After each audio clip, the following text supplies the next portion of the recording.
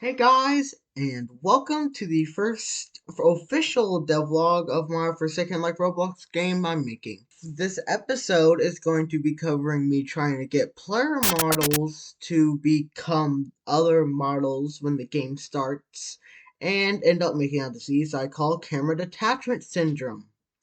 Me making the most basic GUI imaginable, and a few more things about the game that I didn't mention in Devlog 0. Let's get this thing started. Alright.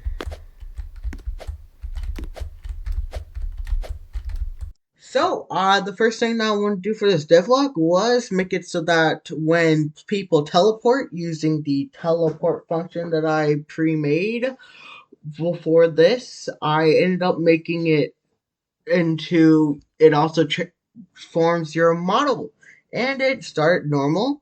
It's pretty simple. I followed a tutorial and put it into my game, but when I tested it, it did not go well at all.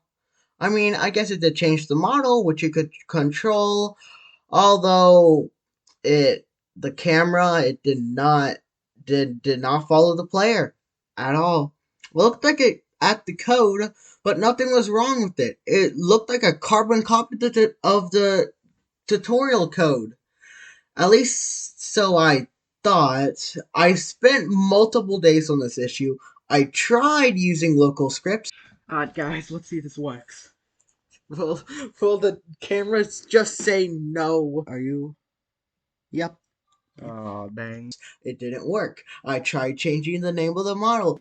What you do know is now with these you can convince Roxanne to love you. Your space and your space step. It didn't work. This was all until I decided instead of setting the model to be a clone made beforehand, to set it to make a copy every time.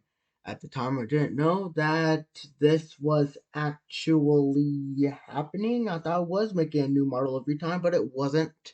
And this happened. In the middle, by the way. Wait. Oh my gosh, it actually worked. Look. I mean, it took me like a couple days to do, like days and days, and it finally, like, actually worked. And oh my gosh, I was so relieved to actually go and work on something that should have been simple. It kind of was simple, but not that simple.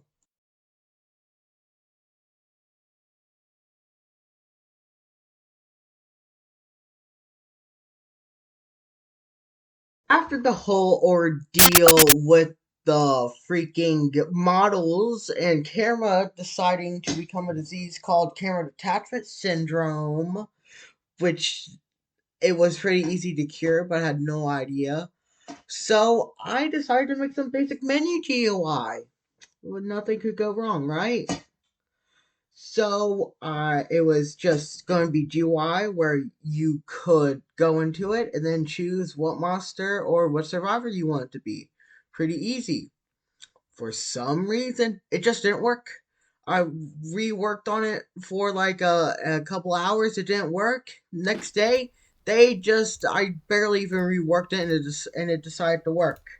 Which I did at first start using two different scripts for two different buttons for two different things, but then realized that I just put it all into one script so that it could control the other ones, so that if there's one open, the and you open another menu, the menu that you had open before would close.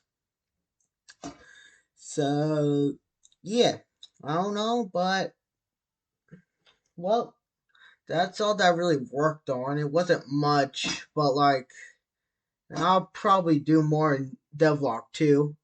Anyways, on to stuff that I did not mention in Devlog 0 that I really want to mention.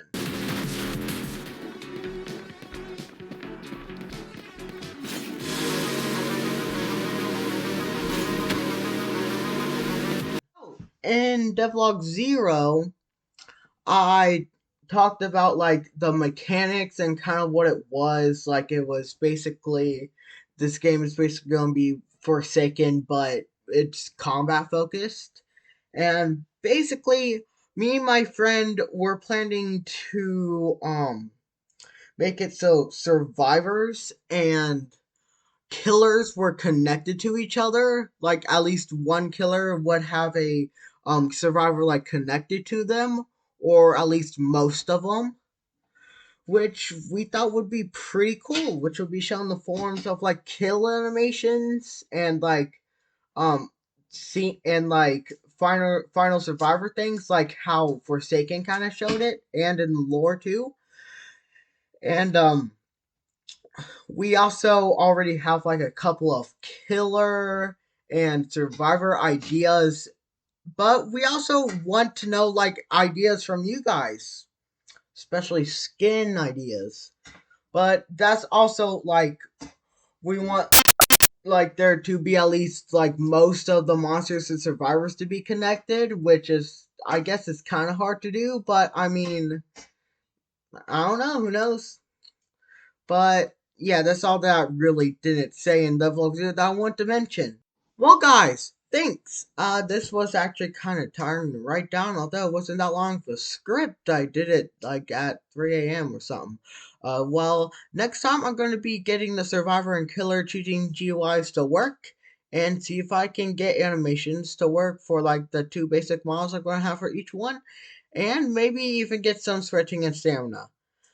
Anyways, that's the end of this video. Have a great day. Bye!